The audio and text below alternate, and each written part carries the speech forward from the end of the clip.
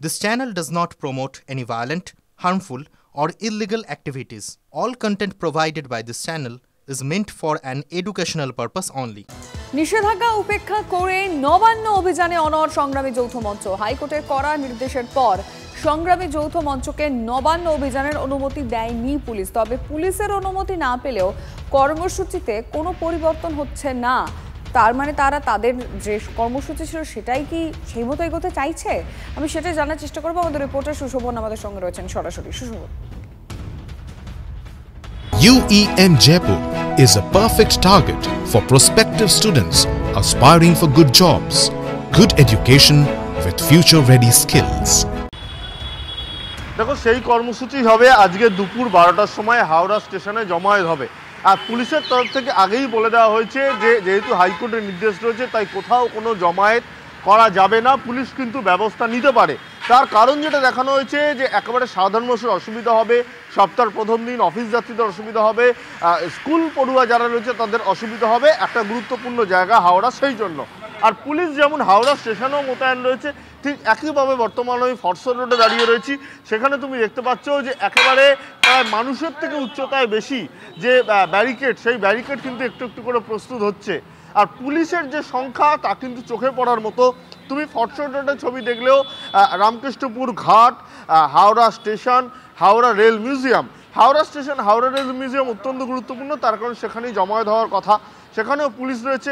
আর যদি তারা চলে আসেন তাহলে ফরসর রোডে একদিকে ব্যারিকেড আর ব্যারিকেডের অন্য পারে জল কামান, অর্থাৎ পুলিশ যে কোনোভাবেই তাদের ছেড়ে দেবে না, আর পুলিশ যে কোনোভাবে বেআইনি জমায়েত করতে দেবে না, সেটা যেমন আগে তারা বলেছিল আর এখন বর্তমানে ছবি কিন্তু আরও স্পষ্ট করছে বিষয়টা। লিমা, ধন্যবাদ সুশোভন।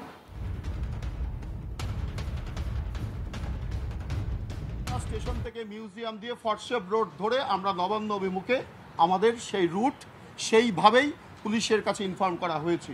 কোনো ধরনের এই যে মংলা হাট বা কোনো ব্যবসায়ীদের কোনো ধরনের ব্যবসা সংক্রান্ত বিষয়ে বাধা সৃষ্টি করা কারোর উদ্দেশ্য নয় এবং সেই দিকে কর্মসূচির পরিকল্পনাও নেই।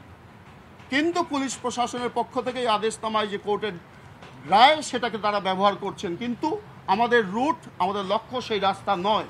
কি সংবিধান ভাঙতে চায়? সংবিধানে পরিষ্কার বলা আছে শান্তিপূর্ণভাবে জমায়েত করার অধিকার প্রত্যেক নাগরিকের আছে। আমরা বলেছি শান্তিপূর্ণভাবে জমায়েত করব, কোনো অস্ত্রশস্ত্রের ব্যাপার নেই। আজ সংগ্রামী যৌথ মঞ্চ, পশ্চিমবঙ্গ বঞ্চিত চাকরিহারা শিক্ষকদের মঞ্চ সহ 5টি সংগঠনে নবান্ন অভিযান রয়েছে।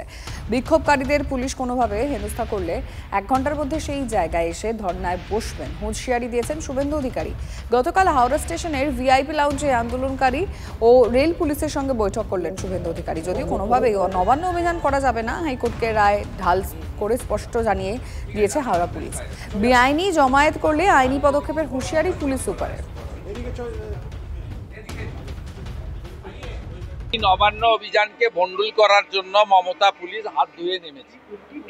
তারা অবৈধভাবে গতকাল থেকে সংগ্রামী যৌথ মঞ্চের সদস্যা এবং যোগ্য চাকরি প্রার্থী বিভিন্ন সংগঠনের নেতৃত্বের বাড়িতে গিয়ে নোটিশ লাগাচ্ছে, ধমক দিচ্ছে, হুমকি দিচ্ছে, যেটা সম্পূর্ণ অবৈধ। হাইকোর্ট কখনো মিছিলের উপর স্টে লাগাননি। মিছিল করতে গেলে মমতা পুলিশের অনুমোদনও লাগে না। রাজ্য পুলিশ, যার নাম এখন মমতা পুলিশ, তাদেরকেও বলবো সংযত হন। নারকেলডাঙ্গার ওসি সহ 3 জন জেলে গেছে। আপনারা এমন কিছু করবেন না যাতে আগামী দিনে আপনাদেরও এই ধরনের বিপদ হয়। রেলের স্টেশন, হাওড়া স্টেশনের কর্তৃপক্ষ এবং আরপিএফ কে পরিষ্কার বলে গেলাম, কেন্দ্রীয় সরকারের কোনো প্রিমিসেসে দাঁড়িয়ে এই যোগ্য ন্যায্য দাবিতে যে আন্দোলনকারীদের উপরে কোনোভাবে হাওড়া পুলিশ কমিশনারেট বা মমতা পুলিশ বা পশ্চিমবঙ্গ পুলিশ তারা যেন কোনো আক্রমণ, কোনোভাবে গায়ে জোয়ারি না করতে পারে। যদি হয় আমি কিন্তু 1 ঘন্টার মধ্যে আসব এবং আমি স্টেশন মাস্টার বা আরপিএফ এর সামনেই কিন্তু ধর্নায় বসবো। পশ্চিমবঙ্গ পুলিশের আওতাধীন এলাকায় কি করবেন তাদের ব্যাপার। এখানে তারা যাতে এসে অত্যাচার করতে না পারে এটা এনশিওর করতে হবে। संग्रामी যৌথ মঞ্চ और पश्चिम बंग বঞ্চিত চাকরিহারা, চাকরিজীবী, চাকরি প্রার্থী ঐক্য সংগঠন যারা এই প্রোগ্রাম নিতে চলেছিলেন তাদের প্রোগ্রামকে কোনো পারমিশন হাওড়া সিটি পুলিশের পক্ষ থেকে দেওয়া হয়নি। মাননীয় উচ্চ ন্যায়ালয় পরিষ্কারভাবে বলে দিয়েছেন কি কোনো অ্যাসেম্বলি, কোনো বেআইনি জমায়েত এটা করা যাবে না, আর যদি কেউ বেআইনি জমায়েত করে তাহলে পুলিশ অ্যাজ পার ল ব্যবস্থা নেবে। হরিদ্বারে মনসা দেবী মন্দিরের পর এবার উত্তরপ্রদেশের বারাবাঁকি পদপৃষ্ঠ হয়ে মৃত্যু হয়েছে।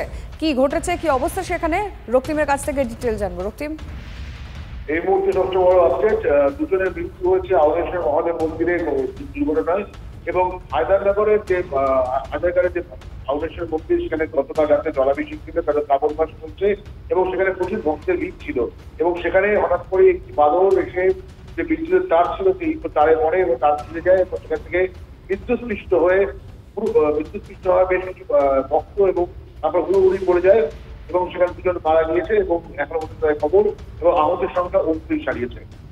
ধন্যবাদ।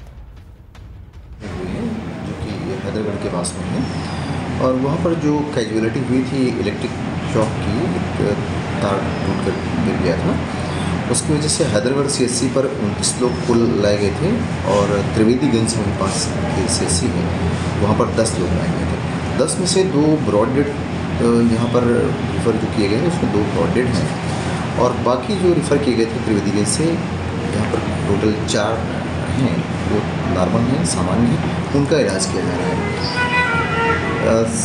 CSC हैदराबाद में जितने भी पेशेंट्स थे सभी को, केवल एक को छोड़ करके सभी को घर डिस्चार्ज किया जा चुका है।